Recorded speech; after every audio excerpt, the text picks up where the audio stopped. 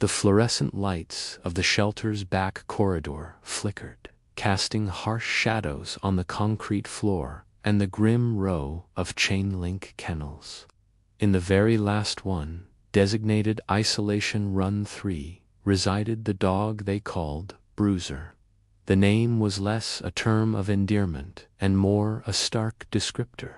He was a thick-set, muscular pit bull mix, his brindle coat stretched tight over powerful shoulders, marred by old scars, faint white lines that hinted at a rough past. His ears were cropped close to his skull, giving his broad head an even more intimidating appearance.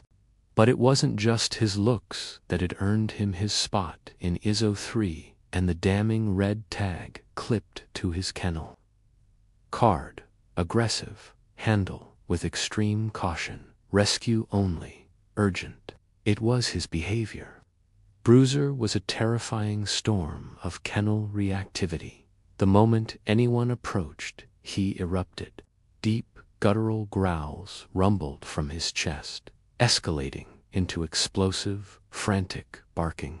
He'd slam his heavy body against the chain link, teeth bared, eyes wide with a feral intensity that made even seasoned animal control officers hesitate. He wasn't just guarding his space. He seemed to be actively trying to drive intruders away with sheer, terrifying force. He'd arrived as a stray, picked up after reportedly menacing pedestrians near an industrial park, though no actual bite was reported. His intimidating presence and defensive posturing were enough. In the shelter environment, his fear metastasized into full-blown cage rage. Attempts to work with him were fraught with tension. He tolerated leash handling only with muzzle and catch-pole, remaining stiff, hyper-vigilant, ready to explode at the slightest perceived threat.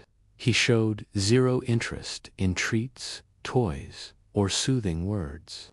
He was trapped in a cycle of fear and aggression, making himself utterly unadoptable, virtually unhandled. The shelter was overcrowded.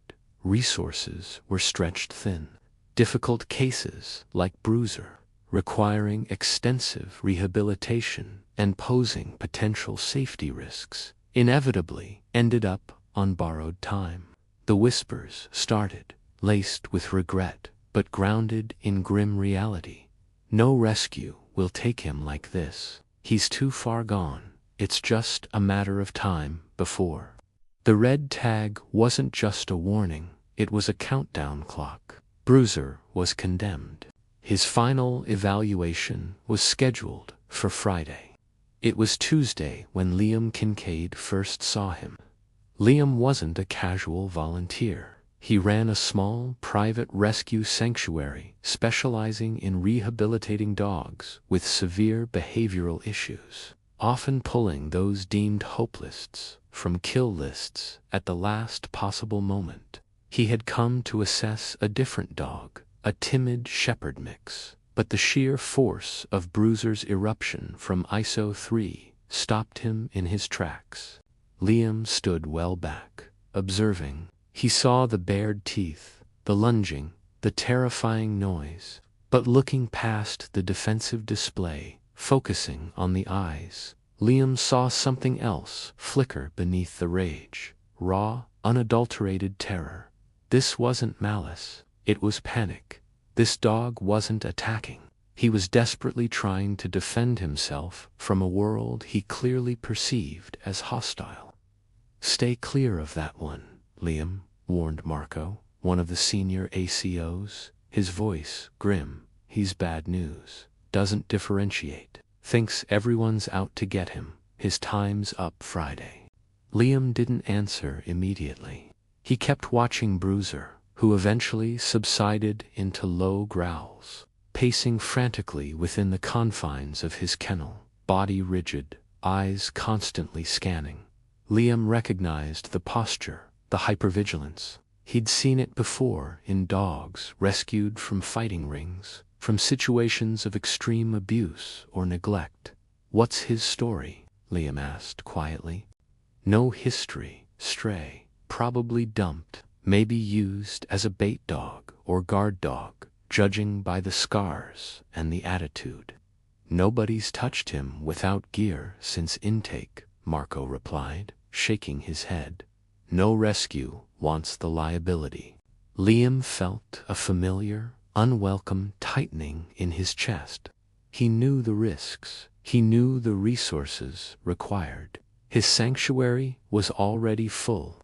Taking on a dog like Bruiser was borderline reckless. Yet, looking at the condemned dog, seeing the flicker of sheer terror beneath the aggressive facade, Liam couldn't shake the feeling that giving up wasn't an option. Someone had failed this dog horrifically. To condemn him now felt like compounding the betrayal. "I'll take him," Liam said, the words surprising even himself. Marco stared.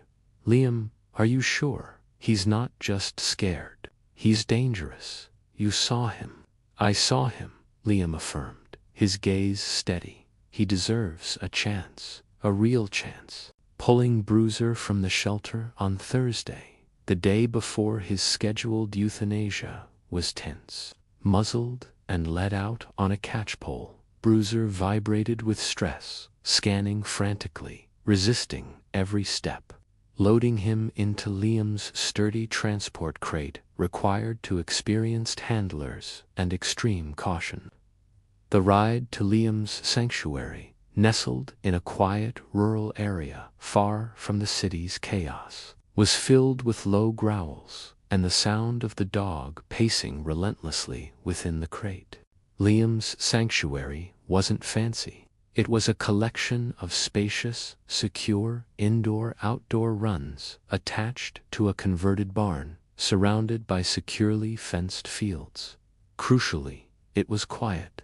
No echoing barks, no constant foot traffic, no harsh fluorescent lights. When Liam finally managed to coax Bruiser from the crate into his prepared, isolated run, the dog seemed momentarily bewildered by the relative silence. He explored the perimeter cautiously, sniffing the air, before retreating into the covered indoor portion, disappearing from view. Liam didn't push. He knew the first step was decompression. For days, Liam's only interaction with Bruiser was quietly delivering food and fresh water, speaking softly from a distance, making no demands, avoiding direct eye contact. Bruiser remained mostly hidden, occasionally emerging to snatch food when Liam was gone, his defensive growls still rumbling if Liam lingered too close to the enclosure. Progress, when it came, was achingly slow, measured in the tiniest increments. Liam started by simply sitting outside Bruiser's run for short periods, reading a book aloud in a calm, monotone voice.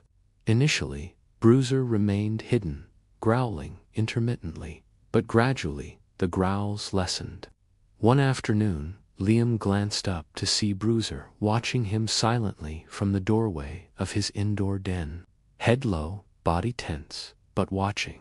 Liam began tossing high-value treats, pieces of cooked steak, cheese, towards Bruiser, always underhand, always nonchalantly, retreating immediately after. For days, the treats remained untouched. Then, one morning, they were gone. Liam continued the routine, slowly decreasing the distance over many days.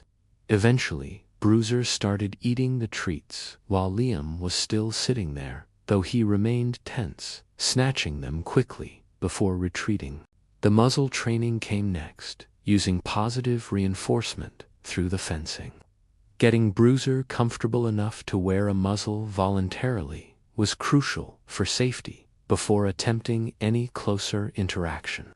It took weeks of patient shaping, rewarding tiny approximations, looking at the muzzle, sniffing it, allowing it near his face, finally putting his nose into it for a split second. The first time Liam entered Bruiser's run was a landmark moment. Bruiser froze, every muscle rigid, but he didn't erupt. He watched Liam's every move, trembling almost imperceptibly. Liam simply sat quietly on the opposite side of the spacious run for a few minutes, then calmly left. He repeated this daily, gradually extending the duration, never approaching Bruiser directly, just sharing the space peacefully. The real miracle, the moment that shifted everything, happened unexpectedly, about 3 months into Bruiser's stay. Liam was sitting in the run, reading as usual.